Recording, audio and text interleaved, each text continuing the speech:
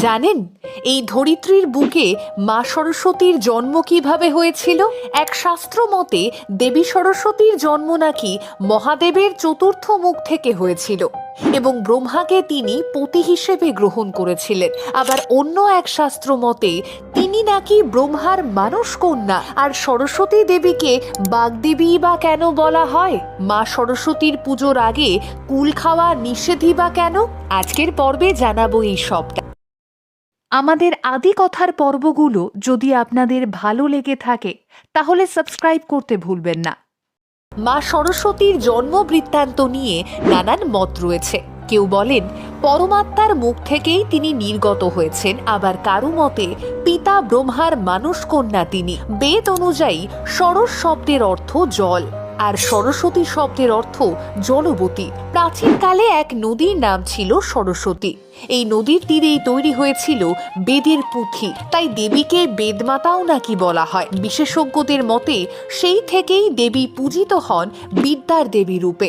আবার ভাগবত পুরাণ অনুযায়ী দেবী আদ্যা প্রকৃতির একটি অংশ হিসেবে জন্ম হয় দেবী সরস্বতীর। শুম্ভ এবং নিশুম্ভ নামের দুই দৈত্য একবার মর্ত এবং স্বর্গে ব্যাপক তাণ্ডব চালায়। তাদের অত্যাচারের হাত থেকে দেবলোক এবং ভূলোককে রক্ষা করতে দেবী দুর্গার শরীর থেকে জন্ম হয় আরেক দেবী প্রকৃতির। তিনি কৌশিকী, তিনি সরস্বতী। আবার এও কথিত আছে জগতের সকল জ্ঞানের আধার শ্রীকৃষ্ণের জীব থেকে নাকি জন্ম হয় দেবী সরস্বতীর। স্বয়ং শ্রীকৃষ্ণই মাঘ মাসের শুক্লপক্ষের পূর্ণ পঞ্চমী তিথিতে বাগদেবীর আরাধনা নাকি প্রবর্তন করেন।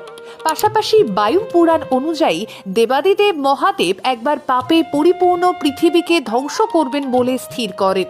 তার প্রবল তাণ্ডবে জগতের সৃষ্টি সম্পূর্ণভাবেই বিনাশ হয়ে যায়, আর ধ্বংসের পর শুরু হয় নতুন করে সৃষ্টির বীজ বপনের প্রক্রিয়া।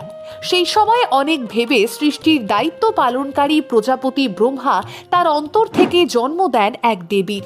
নতুন জগৎকে জ্ঞান, শিল্প ও সৌন্দর্যের আলো দিয়ে ভরিয়ে তোলাই ছিল সেই দেবীর কাজ। তিনি পরবর্তীতে জগতে বন্দিত হন দেবী সরস্বতী রূপে। তাই কেউ বলেন দেবী গঙ্গার অভিশাপেই নাকি দেবী সরস্বতী নদী হয়েছিল। আবার অনেকে এও বলেন তৎকালীন সময়ে এক ভয়াবহ যুদ্ধের কারণে ভয়ঙ্কর আগুন লেগে যায়। সেই আগুন সমস্ত সৃষ্টি বিনাশ করে দিতে উদ্যত হয়, আর এমন সময় দেবতারা মহাদেবের শরণাপন্ন হলে মহাদেব বলেন এই ভয়ানক আগুন নিভিয়ে দেওয়ার ক্ষমতা একমাত্র দেবী সরস্বতীর কাছেই আছে। ব্রহ্মা এবং মহাদেবের অনুরোধে দেবী সরস্বতী এবারে নদী রূপে পৃথিবীতে অবতীর্ণ হয়ে নিভিয়ে দেন সেই ভয়াবহ আগুন। সেই থেকেই দেবী সরস্বতী থেকে যান নদী রূপে। যদিও পুরাণ মতে বসন্ত পঞ্চমীতেই দেবী সরস্বতী আবির্ভূত হয়েছিলেন। ব্রহ্মা যখন সমগ্র বিশ্ব সৃষ্টি করেন, এমতাবস্থায় ব্রহ্মা নিজের শরীর থেকে এক দেবী মূর্তির সৃষ্টি করেন। এই দেবীর আবির্ভাবের মুহূর্তেই সারা বিশ্ব হলদে আভায় ঢেকে যায়। দেবীর হাতে ছিল বীণা, আর সেই বীণা বাজাতেই এই বিশ্বে ছড়িয়ে পড়ে ধ্বনি। দেবী সরস্বতী হয়ে ওঠেন বীণা পাণি।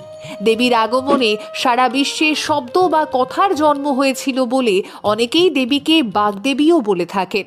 শোনা যায় প্রজাপতি ব্রহ্মা নাকি একবার গভীর ভাবনায় পড়ে যান। মর্তে সমস্ত দেবতাদের তীর্থ আছে, তবে ব্রহ্মার নেই। এখন মর্তের কোথায় ব্রহ্মা তীর্থ গড়ে তোলা যায় সেই সমস্যার সমাধান করতে ব্রহ্মা সর্বরত্নময়ী শিলা ছুঁড়ে দিলেন পৃথিবীর বুকে। সেই শিলা গিয়ে পড়ল চমৎকারপুর বলে একটি জায়গায়। সেখানেই প্রজাপতি ব্রহ্মা তীর্থ গড়ে তুলবেন বলেই স্থির করলেন। তীর্থস্থানে পবিত্র নদী থাকা আবশ্যিক, কারণ 3 বেলা নদীর পবিত্র জল পূজা অর্চনার কাজে লাগবে।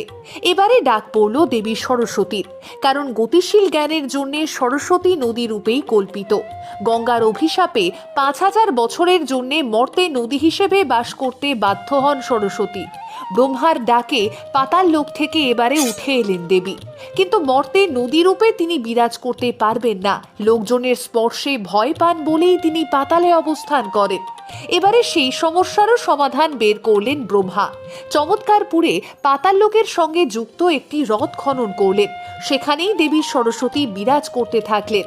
আবার অনেকে এও বলেন সুদূর অতীতে একটা সময় দেবী সরস্বতীকে তুষ্ট করতে ঋষি বেদব্যাস তপস্যায় বসেন। তবে ঋষি এই তপস্যায় বসার আগে সেই স্থানে দেবী সরস্বতীর একটি কুলের বীজ পুঁতে দেন এবং বলেন, যতক্ষণ না এই কুলের বীজ অঙ্কুরিত হয়ে চারা, চারা থেকে গাছ এবং গাছে নতুন কুল হয়ে সেই কুল পেকে ব্যাসদেবের মাথায় পড়ছে, ঠিক ততক্ষণ ঋষি ব্যাসদেবকে তপস্যা করে যেতে হবে। দেবীর শর্ত মেনেই ঋষি তপস্যায় বসেন। বাস্তবেই কুলের বীজ অঙ্কুরিত হয়ে চারা হয়, সেই চারা থেকে গাছ হয়, গাছে নতুন কুলও হয়। আর সেদিন ছিল পঞ্চমী। সেই গাছ থেকে একটা পাকা কুল এসে পড়ে বেদব্যাসের মাথায়, আর সেই দিনই ওই কুল দিয়েই ঋষি আরাধনা করেন দেবীর। তবে ইতিহাস যাই বলুক, পুরাণ যাই লিখুক, সুদূর অতীত থেকে আজ অবধি বিশ্ববাসীর কাছে শ্রদ্ধা ভক্তির সঙ্গেই পূজিত হন বিদ্যা দেবী সরস্বতী।